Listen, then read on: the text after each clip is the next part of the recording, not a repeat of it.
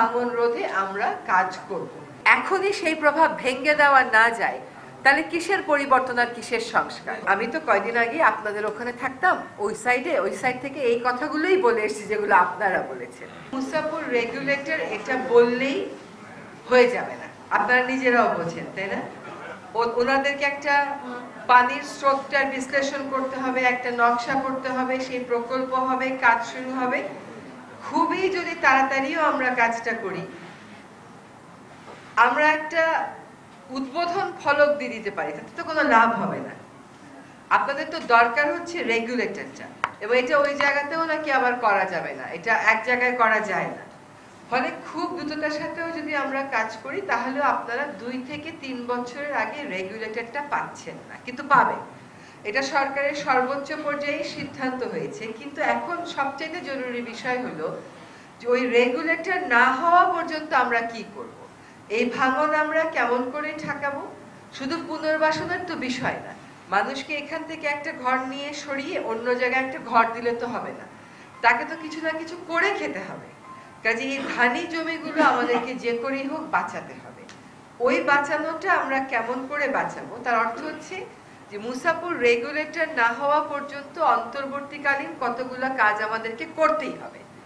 সেগুলো যদি আমরা মনে করি রেগুলেটরে এত টাকা খরচ করব, আবার এইখানে কেন করব, কারণ আপনার লাভ ক্ষতির হিসাব যদি ঠিক মতন করা হয় তাহলে দেখবেন যে এই ধানি জমিগুলো বাঁচানো আমাদের জন্য খুবই জরুরি। ফলে যতটুকু ইনভেস্টমেন্ট প্রয়োজন হয় অন্তর্বর্তীকালীন ব্যবস্থা গ্রহণ করব আমরা। আপনারা খালের কথা বলেছেন, আমার কাছে অবাক লেগেছে, যেদিকে গেছি ডান দিক বাম দিক 2 দিকেই কিন্তু পানি দেখলাম, সবার জমির উপরে পানি। এটা তো একটা বড় মানবিক সংকট বলে আমার মনে হচ্ছে। আমি ঠিক এরকম একটা সংকট দেখেছিলাম যশোরের ভবদহে। আগে ছিল বিল ডাকাতিয়ার পানি জলাবদ্ধতা, তারপরে আসলো যশোরের ভবদহের জলাবদ্ধতা, যেটা এখনো চলছে। আর আপনাদের এখানে দেখে গেলাম এটার বিষয় যদি হয় যে খালগুলোর যে ড্রেনেজ আছে সেটাকে রক্ষা করা, যদি এই সময় জেলা প্রশাসন সেই উদ্যোগ গ্রহণ না করে, যদি এই সময় পানি উন্নয়ন বোর্ড এই উদ্যোগ গ্রহণ না করে, তবে এই উদ্যোগ আর কোনোদিনও গৃহীত হবে না। পরিবর্তন আনতে হবে ভিন্নভাবে। এখন আপনি সিএস ম্যাপ দেখেন, আপনি আরএস ম্যাপ দেখেন, এগুলো তো সবই আপনার কাছে আছে।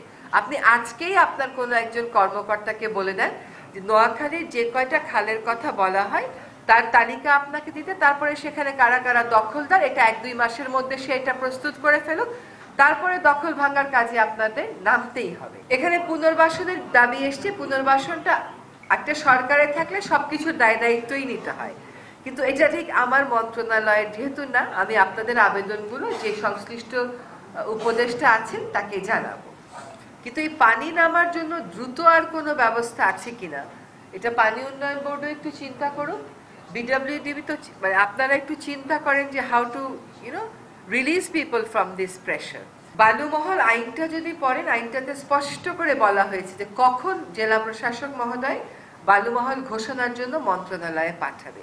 যখন জাতীয় গুরুত্বপূর্ণ কোনো স্থাপনা থাকে তখন তিনি পাঠাবেন না, যখন এলাকাবাসীর তীব্র অভিযোগ থাকে তখন তিনি ওটা বিবেচনায় নিয়ে তারপরেই পাঠাবেন। পাঠানোর আগে কতগুলো জরিপ করতে হয় যে আসলে নদীর তলদেশের কি অবস্থা, কি পরিমাণ বালু ওখানে আছে। এখন আমাদের হয়েছে কি রেভিনিউ ওরিয়েন্টেড গভর্নেন্স, তো আমরা রেভিনিউটা কোন জেলা প্রশাসক কত বেশি রাজস্ব আদায় করে সরকারকে পাঠালো, এটা পারফরমেন্স ইন্ডিকেটর কিনা আমি জানি না, হয়তো এটা একটা পারফরমেন্স ইন্ডিকেটর।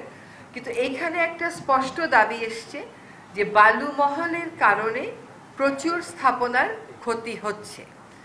সেরকম জায়গায় বালুমহল যেমন আপনি ঘোষণা করার জন্য প্রস্তাব পাঠাতে পারেন, বালুমহল অবলুপ্ত করারও প্রস্তাবনা আপনি পাঠাতে পারেন।